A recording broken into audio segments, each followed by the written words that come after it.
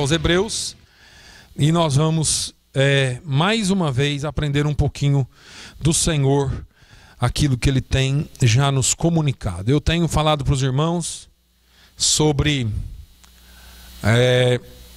alguma, não mudança radical, mas uma mudança de pensamento, talvez, que eu tenho sofrido através de algumas coisas que nós temos lido na palavra de Deus e aprendido, e até uma conscientização que eu acho que tem que haver, e é isso que Paulo fala em Romanos 12, não nos conformarmos com esse mundo, mas sermos transformados pela renovação da nossa mente.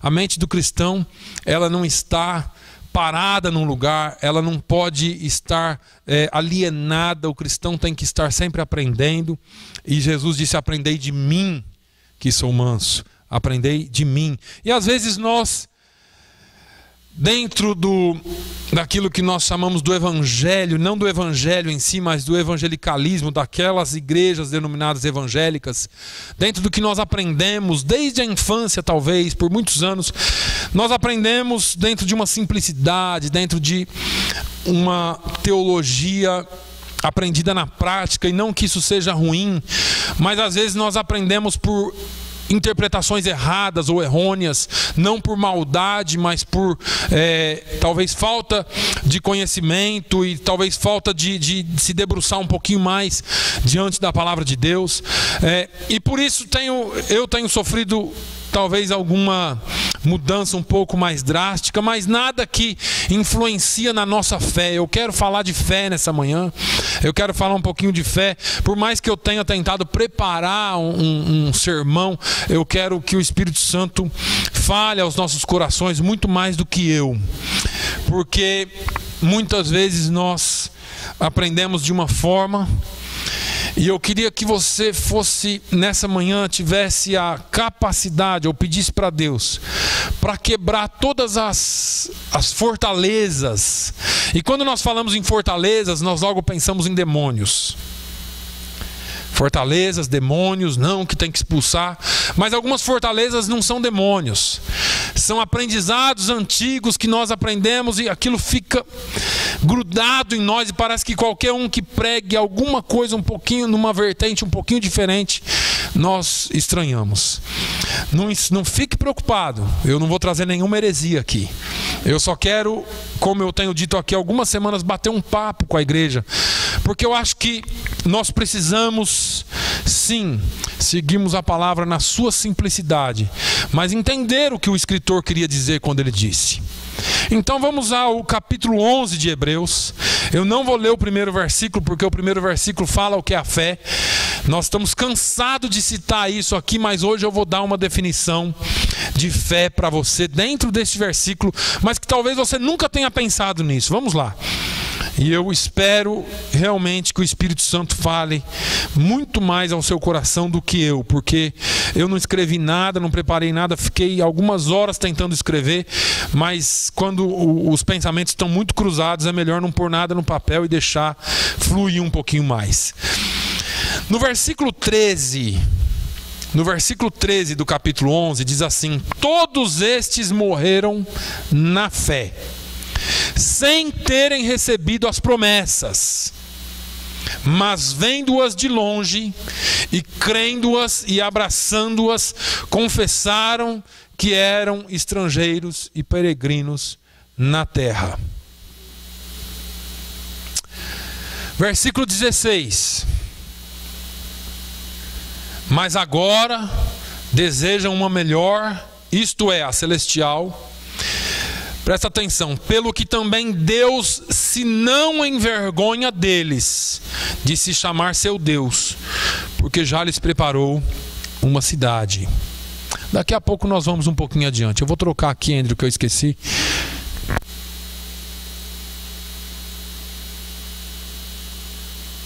Se ele falasse português, ele fala algumas coisas, mas não entende tudo que eu falo, não. Mas ele entendeu. Então vamos lá, nós vamos falar um pouquinho de fé, e eu queria já de início trazer uma definição de fé para você que talvez você nunca imaginou. Eu quero tentar ordenar aqui os nossos pensamentos. O que é fé para você desde que você se converteu, ou desde que você nasceu dentro de um lar cristão? Fé é você crer para alcançar um objetivo, exato? Então eu creio que eu vou receber a minha vitória, amém? E isso é a máxima do Evangelho. Nós aprendemos e crescemos aprendendo que eu vou receber a minha vitória. E a máxima hoje do Evangelho, e as igrejas que estão cheias, e eu tenho certeza e creio que essa igreja vai estar cheia logo, venha receber a sua vitória.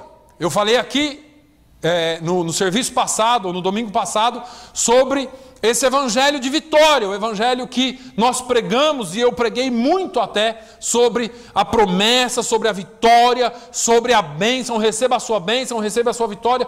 Não está completamente errado. Mas quando nós vamos na Bíblia e começamos a entender algumas coisas da Bíblia, nós entendemos que não é bem assim.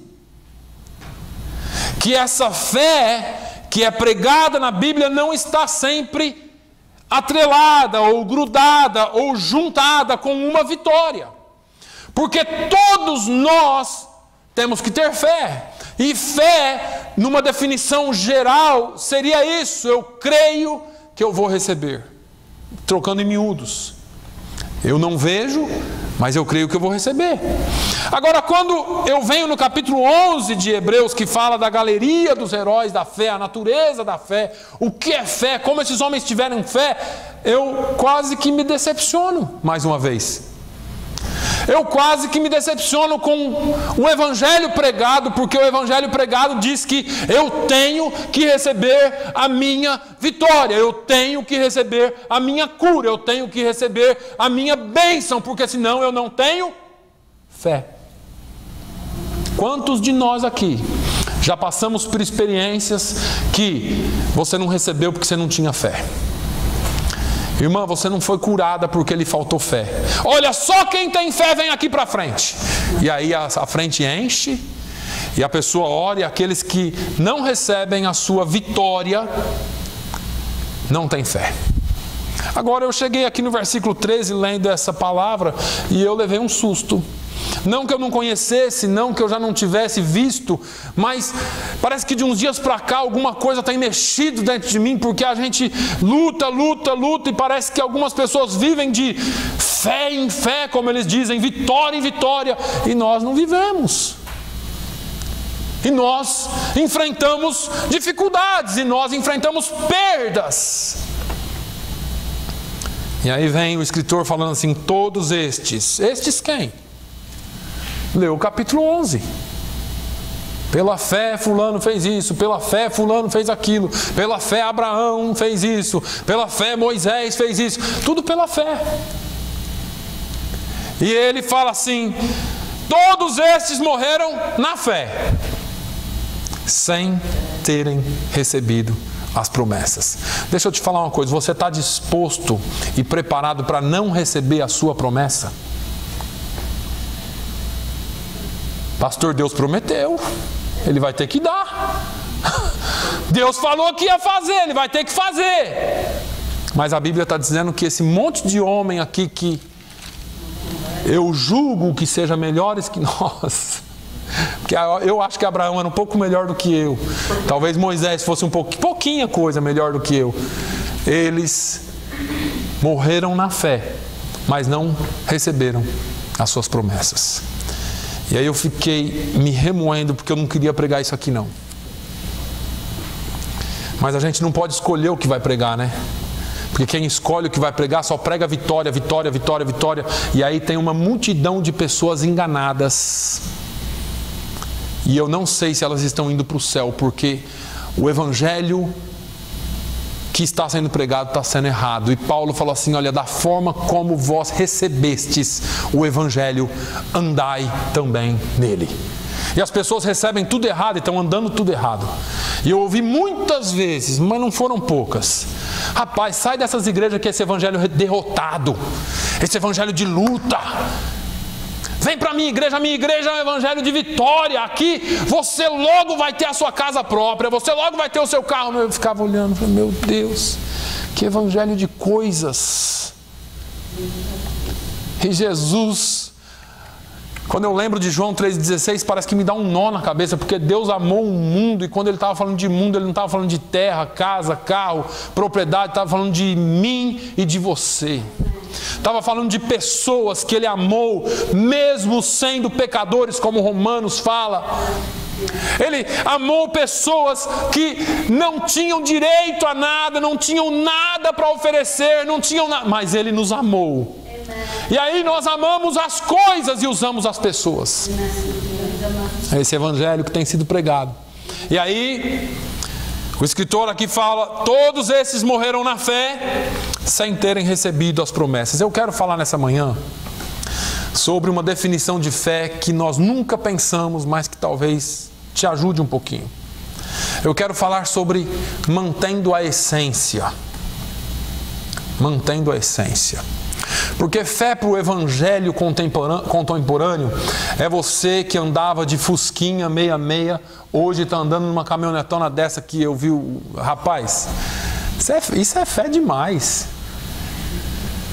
Ou você chegando num carrão bonito que nem o meu, que eu jamais imaginei ter, olha. E aí, eu não tenho dinheiro para ter o fusquinha, mas eu tenho esse carro porque é financiado. Deixa eu explicar esse negócio direito. E assim está o mundo. Muita gente não tem dinheiro para ter o fusquinha, mas anda de carrão. Agora, essa definição de fé que eu quero falar um pouquinho é sobre mantendo a essência da fé, porque ele fala aqui, ó, todos esses morreram na fé. O que isso quer dizer? Porque o nosso evangelho contemporâneo diz que fé nos tira de um lugar ruim e nos transporta para um lugar bom. Entre aspas, porque é uma fé baseada em coisas. Então eu tinha e morava num casebre, agora porque eu tenho fé, Deus me deu uma mansão. E eu não estou dizendo, eu falo isso todo domingo, eu não estou dizendo que Ele não pode dar. Porque para alguns de nós realmente Deus faz isso. O que eu estou dizendo é que o que importa não é o fim exatamente, ou onde você está. O que importa é como você chegou aqui e como você se manteve até aqui. E a Bíblia prova isso. Porque esses homens aqui, à luz do evangelho atual, são todos derrotados. E Moisés, rapaz, Moisés trabalhou a vida inteira, andou no deserto a vida inteira e morreu na praia. Não viu a terra prometida, não entrou na terra prometida. Esse é um derrotado. Abrão, Deus prometeu um monte de coisa para ele, ele tinha que estar vivo até hoje, para ele ver o quão grandes são as nações que Deus prometeu para ele, né? É um derrotado, morreu também quando... E aí nós começamos a olhar essas coisas aqui, irmãos, e parece que o evangelho não se encaixa com a Bíblia, o evangelho pregado não se encaixa com a Bíblia. Porque o evangelho pregado nos púlpitos é um, e o evangelho que eu leio na Bíblia é outro. E eu tenho falado isso aqui já há algumas semanas, porque essa fé que nós precisamos entender é a essência que vai dentro de nós. Eu vou usar aqui alguns exemplos, eu não quero viajar muito na maionese, né, como diz o brasileiro. Mas eu quero que você se lembre, talvez você não precise nem abrir a Bíblia. Daniel capítulo 1. Daniel capítulo 1. Eu vou abrir, você não precisa abrir. Se você quiser abrir, pode abrir. Está depois de Ezequiel, irmãos. Isaías, Jeremias, Lamentações, Ezequiel, Daniel. Daniel capítulo 1 diz assim: no ano 3º do reinado de Jeoiaquim, rei de Judá. Ele era rei de onde? Judá. Judá era povo de Deus, porque os judeus da tribo de Judá. Rei de Judá, veio Nabucodonosor, rei da Babilônia. O que era a Babilônia? O que é Babilônia até hoje para o mundo cristão? É o inferno, é Satanás. Veio o rei da Babilônia a Jerusalém e a sitiou, cercou Jerusalém. E o Senhor entregou Ai meu Deus, olha o evangelho da prosperidade caindo por água abaixo aqui. E o Senhor entregou nas suas mãos a Jeoiaquim, rei de Judá, e uma parte dos vasos da casa de Deus, e ele os levou para a terra de Sinar, para a casa do seu Deus, e pôs os vasos na casa do tesouro do seu Deus com letra minúscula. Não é o Deus de Israel, não. Eu vou parar aqui um pouquinho, porque pela fé pregada hoje, esse povo aqui é derrotado. Mas pela fé que a Bíblia nos mostra, é diferente.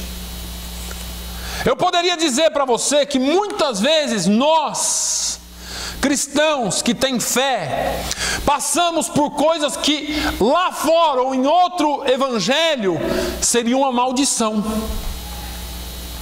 E algumas vezes nós passamos por algumas coisas dessas e nós não entendemos. Porque o fim dessa história aqui, irmãos, não é feliz. Não é história de Hollywood. Você lê aqui, você vê um monte de coisa linda aqui nesse livro de Daniel. Você vê o povo de Deus cativo aqui. Você vê o povo de Deus sendo massacrado aqui. É claro que a história se concentra em um e mais 3 rapazes. Mas o final não diz assim: e eles 4 voltaram para sua terra e viveram felizes para sempre. Esses homens morreram no cativeiro. Mas enquanto eles estiveram no cativeiro, eles mantiveram uma coisa chamada essência, fé. Então nós começamos a mudar um pouquinho o conceito de fé, certo? Porque fé não é receber a sua vitória. Fé é manter a essência do cristianismo em nós. Fé não é isso que eles pregam. Fé é isso que a Bíblia diz. Se você for um pouquinho mais para esse livro de Daniel aqui, você está cansado e careca de saber sobre Daniel. Mas qualquer crente da teologia da prosperidade ia falar uma coisa diferente aqui. Você assim, bom, Daniel agora, se Daniel fosse adepto dessa teologia, vamos lá. Daniel está lá, foi preso, aí o rei fala, olha, fala para o eunuco, pega lá uns rapazes da linha real, de linhagem real, bonitos, sadios, traz, eles vão comer o que eu como, morar onde eu moro, dormir na cama que eu durmo. Aí o Daniel ia falar, tá vendo como Deus é comigo? Até aqui no cativeiro, Deus me abençoa, porque eu fui posto por cabeça e não por cauda, porque aqui é vitória, irmão, aqui o negócio é reteté. O que Daniel fez? Não quero nada, essa bênção para mim é maldita, eu não quero essa bênção. Deixa eu ir para o lado oposto aqui, eu vou manter a essência. Eu vou manter a essência daquilo que é ser de Deus. Eu vou manter aquilo que é ser cristão, independente daquilo que o mundo ou que as coisas me ofereçam. Porque o fato não é o final de como, ou do que eu tenho aqui, mas é de como eu vou chegar aqui. Porque Daniel chegou. Ele nunca voltou para a terra dele, mas ele chegou numa posição de destaque. Mas como ele chegou lá? Sempre honrando o seu Senhor. E o seu Senhor não era o rei da Babilônia. O seu Senhor era muito bem definido na sua vida cotidiana. Não era de vez em quando só. E aí entra mais uma vez, né, a nossa grande, ou o nosso grande problema. Nós somos crentes de vez em quando. E o Senhor nos chamou para manter uma essência diariamente. Diariamente, dioturnamente, manter uma essência de ser cristão. De como é que eu vou chegar lá. Porque talvez essa fé que alguns dizem não condiz muito bem com a fé que a Bíblia diz. Porque manter a essência é um pouco mais profundo do que isso. Você tem um sonho, eu vou ilustrar aqui. E o seu sonho, eu vou pegar um menininho do Brasil. Um menininho pretinho, filho de mãe viúva de pai preso, mora na favela, no morro, e aquele menininho cresce com todas as dificuldades da vida, porque ser escuro lá no Brasil e talvez em quase qualquer lugar do mundo existe uma rejeição natural. E aquele menino convive com outros meninos envolvidos com droga e com outras coisas e com roubos e furtos. Mas aquele menino, ele tem um sonho, ele quer ser médico. Ele quer ser médico. E ele estuda lá numa escola pública da periferia do Rio de Janeiro. E ele malha, trabalha, estuda, faz. E a mãe dele sendo diarista para pagar para cuidar desse menino. E trabalhando que nem louco. E esse menino se forma então e vai e presta o vestibular. E passa na faculdade para ser médico. E depois de 5 anos aquele menino se forma, 5, 6, não sei quantos anos que são, mas ele se forma médico. E aí todo mundo diria assim, esse menino é um vencedor. E nós diríamos, sim, ele é um vencedor. Mas não acaba aí. Não acaba aí. Porque talvez, quando ele se torne médico, ele esqueça da mãe que viveu para cuidar dele a vida inteira. Ele esqueça dos valores que a medicina tem. E ele começa a usar a profissão dele para ganhar muito dinheiro só. E o foco dele muda. E ele começa a entrar em esquemas de abortos, esquemas de venda de órgãos, e se perde. Você acha que esse menino é um vencedor? Aos olhos do mundo ele é. Aos olhos do mundo ele é um grande médico. Sai na televisão todo dia, todo mundo fala bem dele. Mas por trás, num cenário que só ele, Deus e o diabo sabem, ele é vencedor? O que importa nessa essência é como você chega lá e é como você se comporta dali para frente, porque isso é fé. Porque dentro dessa definição de fé que eu trouxe para os irmãos, é muito mais digno para Deus a perda com essência do que o ganho sem valores. Vou te falar por quê. Se eu colocasse 2 fotos aqui para você hoje. Hoje o Tony me presenteou com um livro do Martin Luther King. Se eu colocasse a foto do Martin Luther King aqui, porque tem uma foto dele preso atrás das grades com um número de preso. Se eu colocasse a foto dele aqui dentro da cadeia, e eu colocasse a foto aqui de um político brasileiro que todo mundo conhece, que chegou no ápice na presidência da República, ou talvez de um comparsa dele, um amigo dele lá que está bem falado agora, está até preso. Mas se eu colocasse a foto desses 2 aqui, talvez desse um que foi presidente, e diria assim, qual dos 2 é vencedor?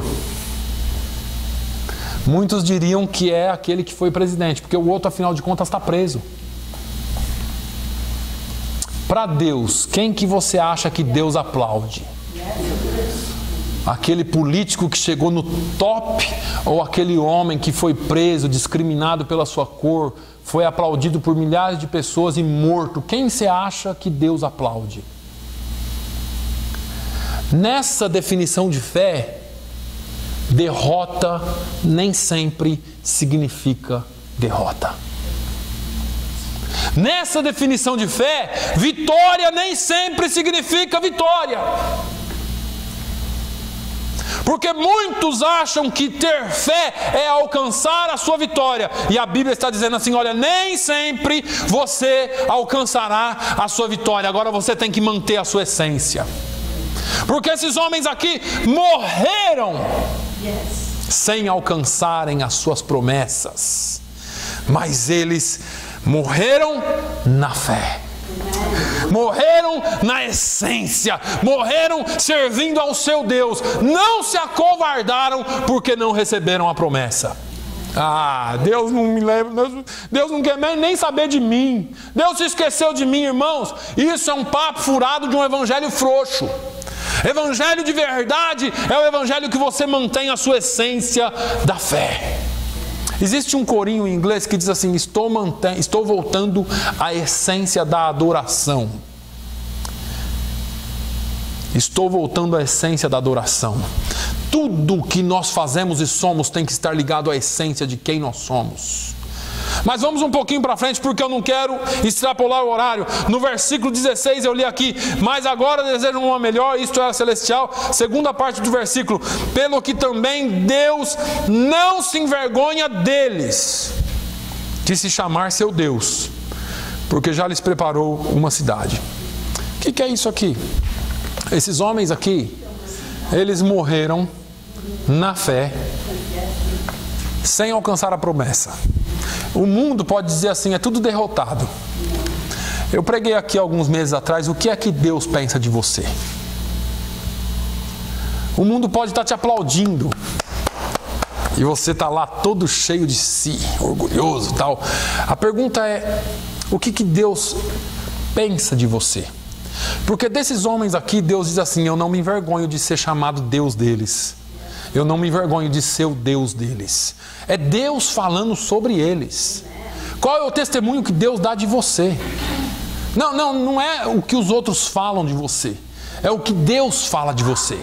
Quando você entra na presença de Deus, será que Deus fala assim: esse filho aí, ó, que orgulho desse filho meu.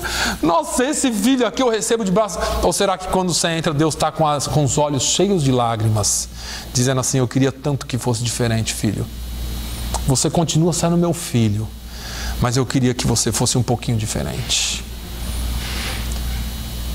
Eu morri na cruz por você, para você ser um pouquinho diferente. Eu dei minha vida por você, para você ser um pouquinho diferente. Eu vou continuar investindo em você. Mas eu não sei se eu posso falar que eu sou seu Deus. Esses aqui, Deus não se envergonha. Versículo 16: também Deus não se envergonha deles, de se chamar seu Deus. Na vida cristã, o final não é aqui. A gente cresceu com essa mentalidade de que tem que ser vitorioso, que tem que ser... E eu não vou dizer que a gente cresceu porque alguns anos atrás ou algumas décadas atrás era diferente. Pregava-se um evangelho bem simples, dizendo que o nosso descanso era no céu. Os hinos dos cantores cristãos antigos, do cantor cristão, da harpa cristã, de alguns outros cantores antigos, eles retratam muito bem esse tipo de evangelho. Era um evangelho saudosista, era um evangelho saudosista do céu, porque sabia-se que a nossa pátria não é aqui, que nós somos peregrinos aqui. E quando você lê esse capítulo 11, você vai ver o escritor dizendo que eles não eram daqui. No versículo de número, não me lembro se é o 39, no versículo 38, vamos lá, no versículo 36. Olha aqui que esses sujeitos aqui que não alcançaram as suas bênçãos são: e outros experimentaram escárnios e açoites e até cadeias e prisões. Foram apedrejados, cerrados, tentados, mortos ao fio da espada. Andaram vestidos de peles de ovelhas e de cabras, desamparados, aflitos e maltratados. 39. Dos quais o mundo não era digno. Meu Deus do céu. Você tem que andar em vitória, irmão, para ser reconhecido pelo mundo. Você tem que andar vitorioso, o mundo tem que te reconhecer. E esses aqui foram apedrejados, destratados, afligidos, desamparados, irmãos. Quando eu li isso aqui, parece que Deus estava falando comigo. Não se preocupa não. Não se preocupe não. Porque o salmista falou: quando meu pai e minha mãe me desampararem, o Senhor me recolherá. Nós lemos aqui o capítulo 13. O homem pode abandonar. O homem pode virar as costas. Ele disse: eu sou teu ajudador. Eu não te deixarei nem te desampararei. Aleluia. Esses homens foram afligidos pelos homens, não por Deus.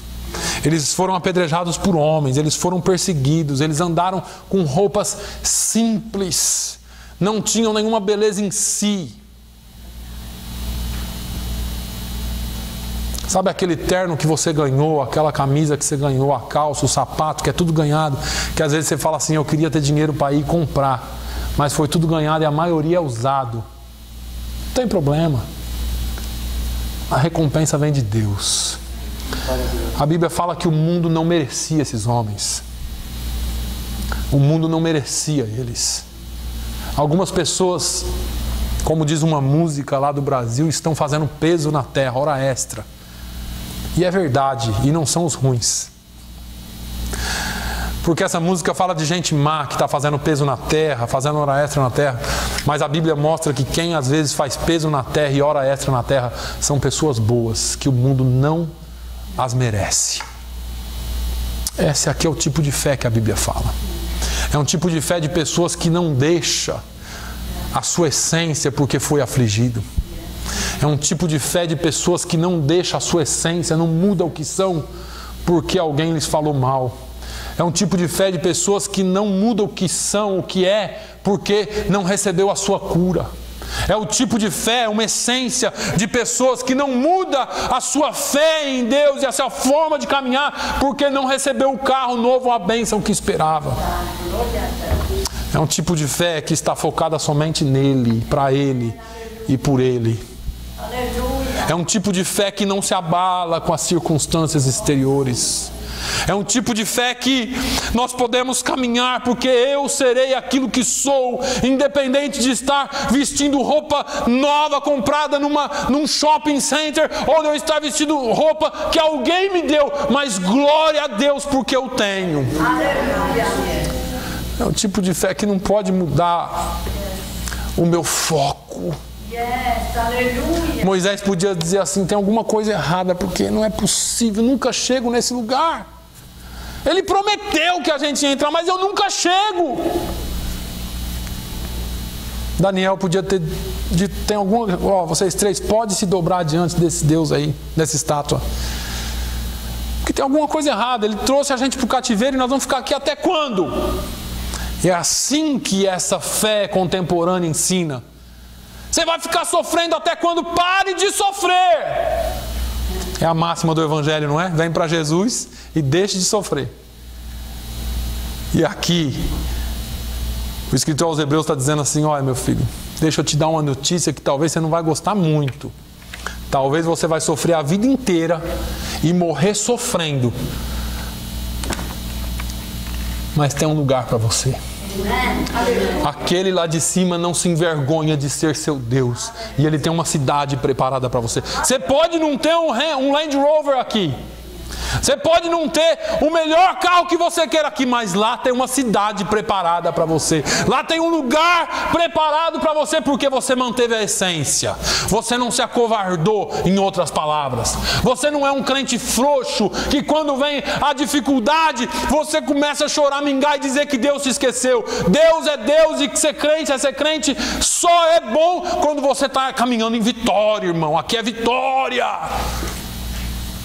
E quando vem a dificuldade, e quando Deus leva alguém querido, e quando Deus faz alguma coisa na sua casa, na sua família, porque tudo acontece no vizinho, na sua nunca acontece, não é? Afinal de contas, você é filho de Deus, cheio de fé. Quando vem lá e bate na sua porta e diz assim: olha, aconteceu tal coisa, fala: não, Deus, comigo não. Olha o vizinho que é incrédulo. Mas essa chuva que está caindo lá fora, bem fininha, cai sobre mim, sobre você e sobre todos os moradores da terra. vem sobre os justos e sobre os injustos. E tem tempo de chorar e tempo de sorrir para todos nós. Deus não fez diferença. A diferença, o que faz é a sua essência.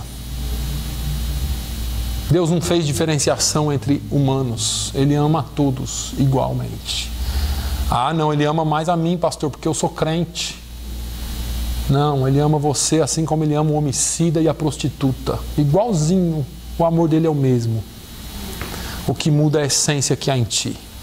Como você vai caminhar sobre essa terra que muda. E eu não estou dizendo para você que nós somos super crentes, pelo contrário. Eu estou querendo te encorajar hoje.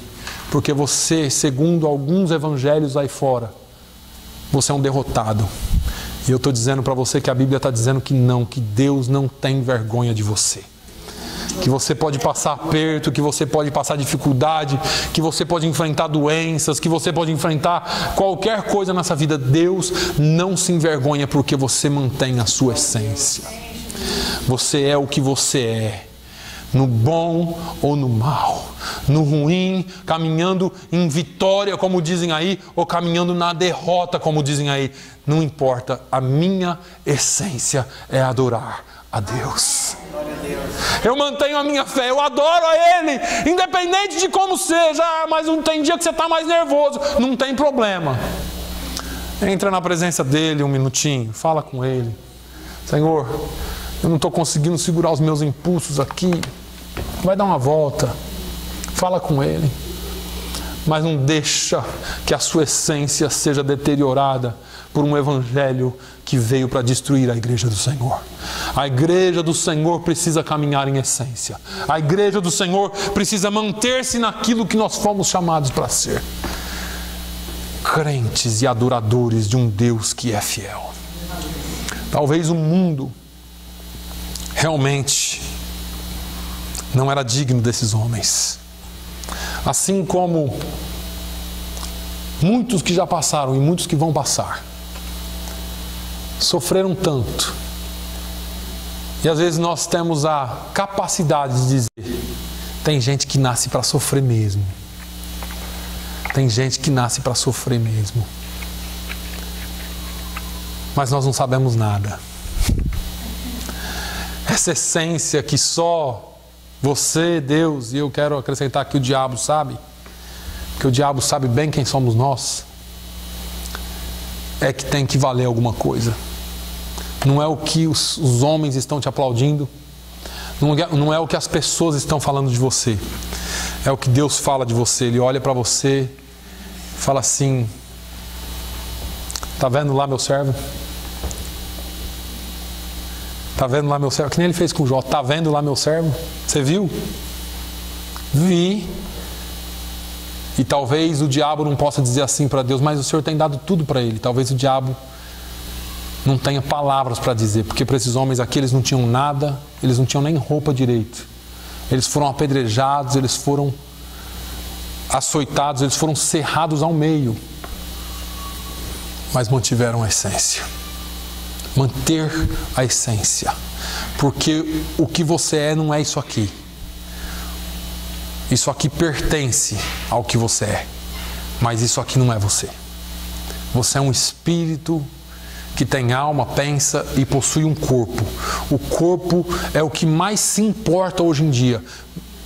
Mas o espírito é o que é o mais importante para Deus. Mantenha a sua essência, continue adorando, continue guardando a sua fé. Todos estes morreram na fé. Morra na fé, ainda que você seja açoitado, ainda que você experimente escárnios, ainda que haja cadeias e prisões, apedrejamentos, cerrados ao meio, tentados, mortos ao fio da espada. Ainda que você chegue à morte na essência, chegue à morte com honra, chegue à morte diante de Deus, se apresente lá diante dele. Porque para aqueles que morrerem em Jesus, ou do dia que Jesus morreu na cruz e ressuscitou, a morte para nós não é mais morte, ela só é um veículo que nos leva a Deus. Então não tem problema que você morra fiel, a Ele. Isso é fé. Mantenha a essência e continue servindo a Ele a despeito de qualquer dificuldade. Amém? Feche os seus olhos. Pai, eu quero te louvar. Quero te honrar essa manhã. Eu te louvo e te honro, Senhor, porque a Tua palavra é tão clara. Nós muitas vezes temos escamas nos nossos olhos e não conseguimos ver aquilo que o Senhor já tem nos mostrado. Nós não precisamos de uma teologia nova. Nós não precisamos de uma teologia mundana que coisifica o homem e idolatra a coisa.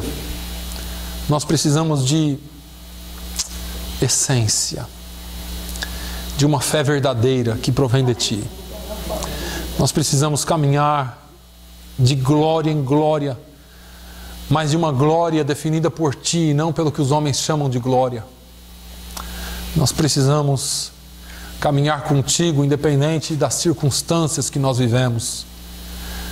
Nós queremos andar contigo, sim, Senhor, em essência. Eu acho que é isso que Jesus diz sobre adorá-lo em espírito e em verdade. Porque muitos o adoram na carne, mas nós queremos adorá-lo em essência, em espírito e em verdade. Não como as pessoas o adoram só para aparecer, mas talvez como Tomé o adorou. Porque a despeito de correr o risco de ser execrado do grupo, de ser expulso do grupo apostólico, ele disse: eu não acredito. Ele foi sincero na sua crise de confiança, ele foi sincero. Mas o Senhor voltou para ele. E quando o Senhor voltou para ele, ele reconheceu não só que o Senhor é Deus, mas que o Senhor é Senhor sobre todas as coisas. Meu Deus, ensina-nos a ter essa fé. Ensina-nos a ter essa fé que é uma essência que transcende o que nós vemos. Transcende aquilo que está acontecendo. Vai além daquilo que o mundo está dizendo. Mas é uma fé que nos leva diante de Ti a qualquer instante, em qualquer lugar, porque nós caminhamos contigo. Senhor, nós queremos voltar, sim, à essência da adoração. A essência para aquilo ou daquilo para o qual nós fomos criados, para Te adorar e para Te servir. Em nome de Jesus, ó Deus, que nós caminhemos em vitória. Andemos em vitória contigo. E tudo e em tudo o Teu nome seja glorificado através das nossas vidas. Não a nós, Senhor, não a nós, mas a Ti a glória, o poder e o domínio para sempre. Amém. Que toda glória seja dada a Ti através das nossas vidas. É o que eu Te peço no nome de Jesus. Nos leve em paz. Nos dê uma semana abençoada na Tua presença. Que a nossa essência não seja tocada pelas circunstâncias, mas que nós possamos ser dignos, ó Deus, de sermos tidos diante de Ti e o Senhor não se envergonhar de nós. No nome de Jesus, eu oro e agradeço. Amém. Que o amor de Deus, a graça do nosso Senhor e Salvador Jesus Cristo, a comunhão e a consolação do Espírito Santo seja sobre todo o povo de Deus, hoje e sempre. E todos digam amém.